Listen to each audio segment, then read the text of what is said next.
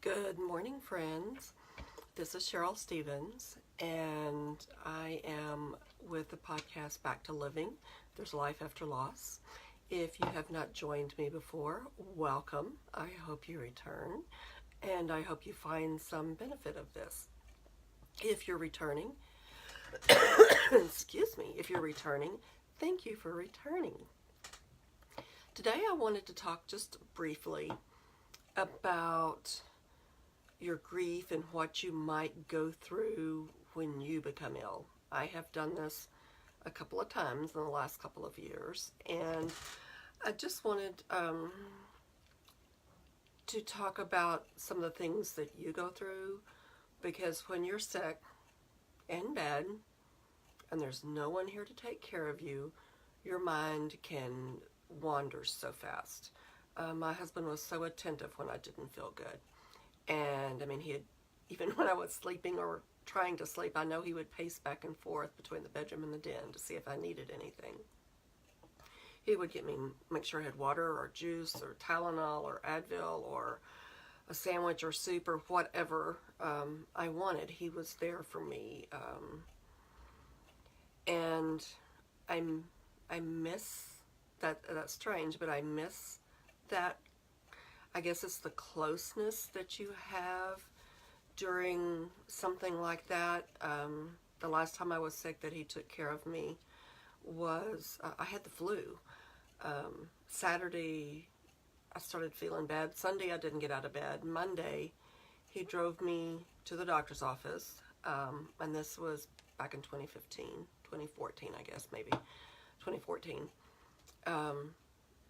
At this time, his health was declining. Mostly I drove everywhere, but he drove me.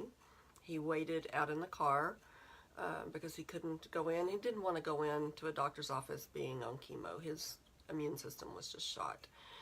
And then he drove me up to the pharmacy after the appointment. And he attended to me even though he was at a weakened state and he was vulnerable. He attended to me because I was in bed from Sunday to Sunday. That's how sick I was. And I loved him even more for that. It was a hard time because I wanted to be taking care of him, and here he was taking care of me, even though he was so weak and so tired and so sick himself.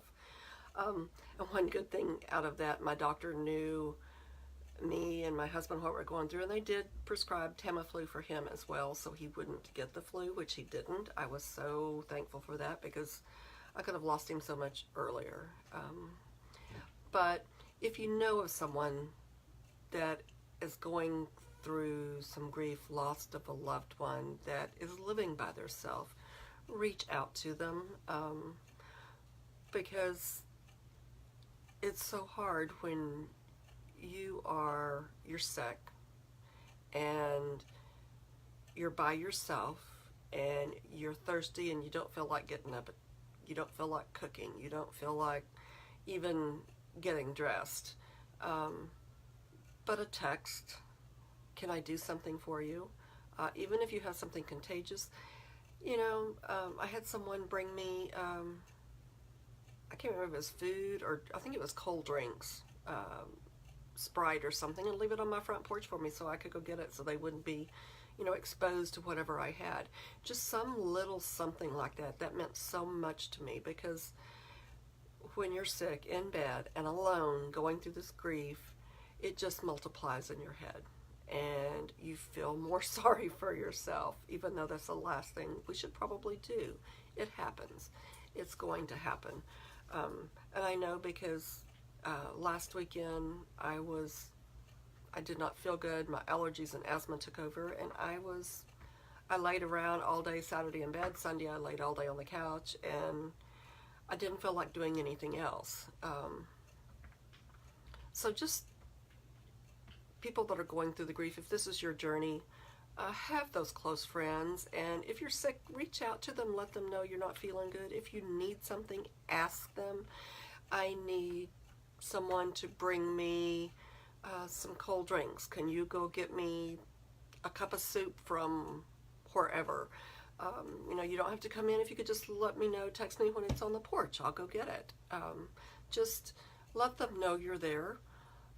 Let them help you. That's been the biggest thing I have had to learn, is accept help when it's given. And my Sunday school teacher, Ramona, told me that when I don't let someone else help me, I am robbing them of a blessing that they may be getting for helping me. And that broke my heart when I heard that. So let someone else help. Give them that blessing of letting them help you. Like I said, if you're sick, reach out to someone, let them know, whether it be a neighbor, a friend, a loved one, just co-worker, whatever. Let them know that you're there, you're not feeling well, and if you need something, you'll be blessing them by letting them help you. And I pray that it'll be a long time before you go through something like this. I say I went through it recently, and it's hard. It sets me back a step. And then I have to regain and make up 2 steps for that one I lost, but you'll get there. You will get there. It is hard, but you'll get there. It is, it will set you back a little bit. You'll get there. Just hang in there. And if you need someone to talk to, you don't know who to talk to, I'm here. Reach out to me. I will listen and not say a word if that's what you need. If you have questions, if you think what you're going through isn't quite right, let me know. We'll talk. Like I said, I'm not a counselor. I'm just a woman that has lost her husband after 40 years and never lived alone. So I am going through this. And that's what this podcast is about, my journey and some of the struggles I have. And if I can help one person answer one question, it is so worth it to me. I would love to have you on my podcast to talk about your struggles, if you can help someone else, or just to talk. I would love that. Reach out to me. I can get you scheduled. We can do it just audio. We can do it live, however you would like. If there's certain subjects that would be taboo, won't even ask about them, just reach out.